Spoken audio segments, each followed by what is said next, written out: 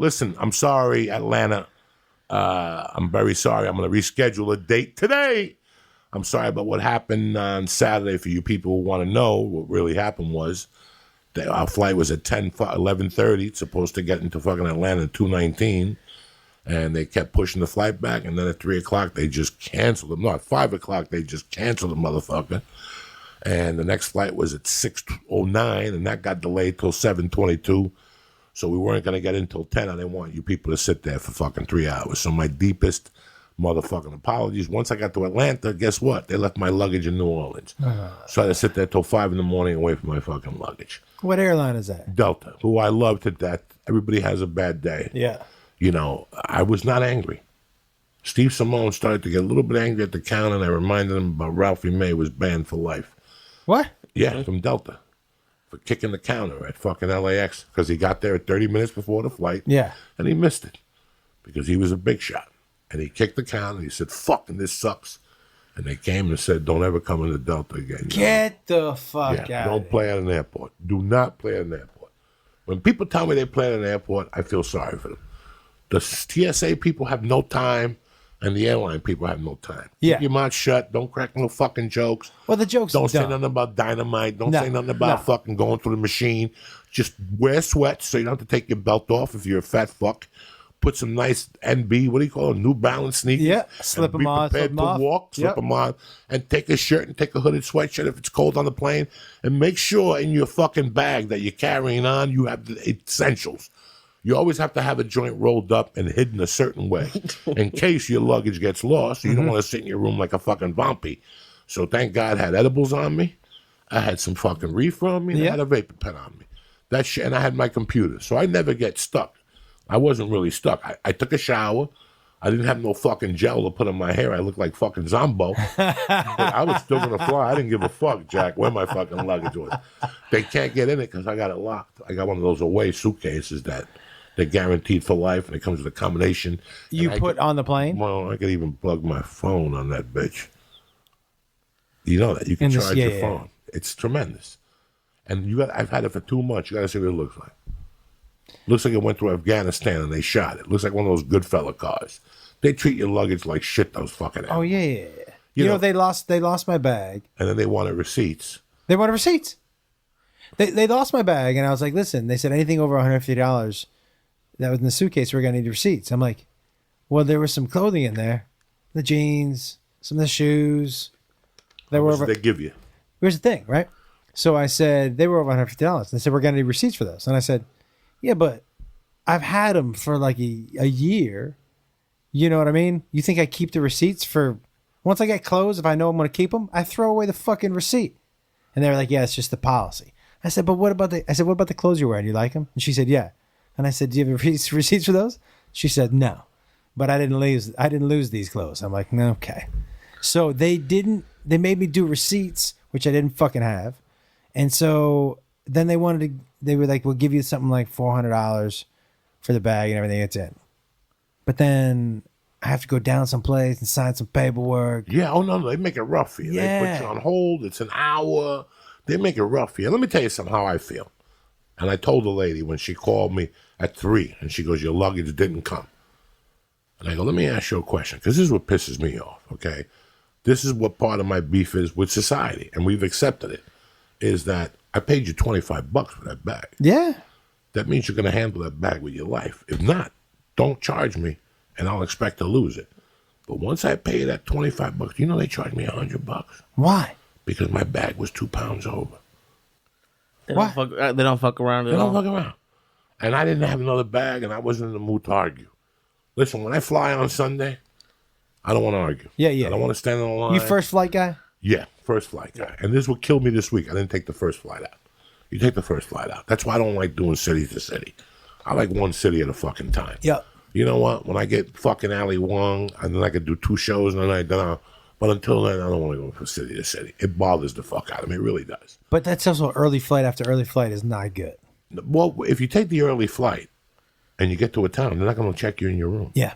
Right. You're going to be walking around the town like a fucking staminkia. I don't want to do that either. I don't want to do... The only one that has an early check-in is Hyatt.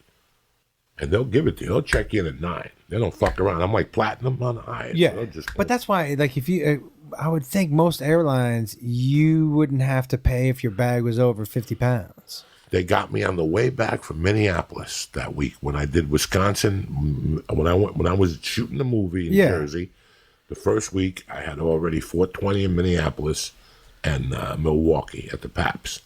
On the way home from the Paps, somebody gave me something, like a sweatshirt or something. I left my kickboxing stuff at my friend's car. Yeah. But I forgot to take clothes out of there. Got it. So when I went, I don't know why they didn't charge me when I came back. Well, he goes, you're 2 pounds over. And I just paid the yardstick. Because I don't want to argue with you. It's not worth it. I don't want to get not on a Sunday morning. Yeah. I don't want to argue with nobody on a Sunday morning. Yeah. I just did 5 fucking shows. I just took pictures. I talked to people. I heard people's stories. You know, I'm not in the mood. So that's, I just feel if I pay you $25 to handle something, so how can my luggage still fucking be in fucking whatever? But they're also like, you fly as much as I do. There's some things on a plane too. Like when somebody tries to fit an overhead bag the size of a fucking coffin in the overhead, and they're just I got a problem with the guitar guys. Take that guitar and shove it up your mother's ass. Check it underneath. Do not fucking bring the guitar on here. You're not going to serenade nobody. You're just going to waste the fucking bed with your fucking shitty band and your shitty fucking guitar. Check that fucking thing. It burns me the fuck up when I see some fucking guy with a guitar and I don't know who it is. If it ain't Jimmy Page, don't bring a guitar on the plane. If you ain't Dave Gilmour or Jimmy Page or you ain't in the Foo Fighters, leave your guitar, all right? Nobody knows you. Don't bring the guitar on to make believe like we're going to confuse you for somebody you're not. You're not in the Red Hot Chili Peppers. Leave your fucking guitar underneath. And then you sit in the back. That's what really pisses me off. You want to bring a guitar? Buy a first class ticket. So now you're going to fucking sit in the back with those Martians in the dungeon and fuck their shit up. Like they don't have it bad enough. You ever sit in first class and get up and look into the back of a plane? You advise people on not flying what you see. You see people stuck together. Even that seat behind first class, the more leg room. Yeah. They give you dick. Nah. You're still sitting next to 2 fucking idiots breathing on your neck. It's a fucking nightmare.